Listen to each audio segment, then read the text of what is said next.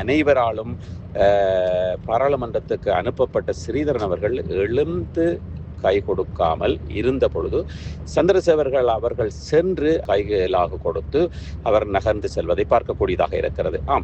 அது சில வேளையில் ஸ்ரீதரன் அவர்கள் தன்னுடைய உபாதை காரணமாக எழுந்து நிற்க முடியாமல் ஏதோ இருந்தாரோ என்பது தெரியாது.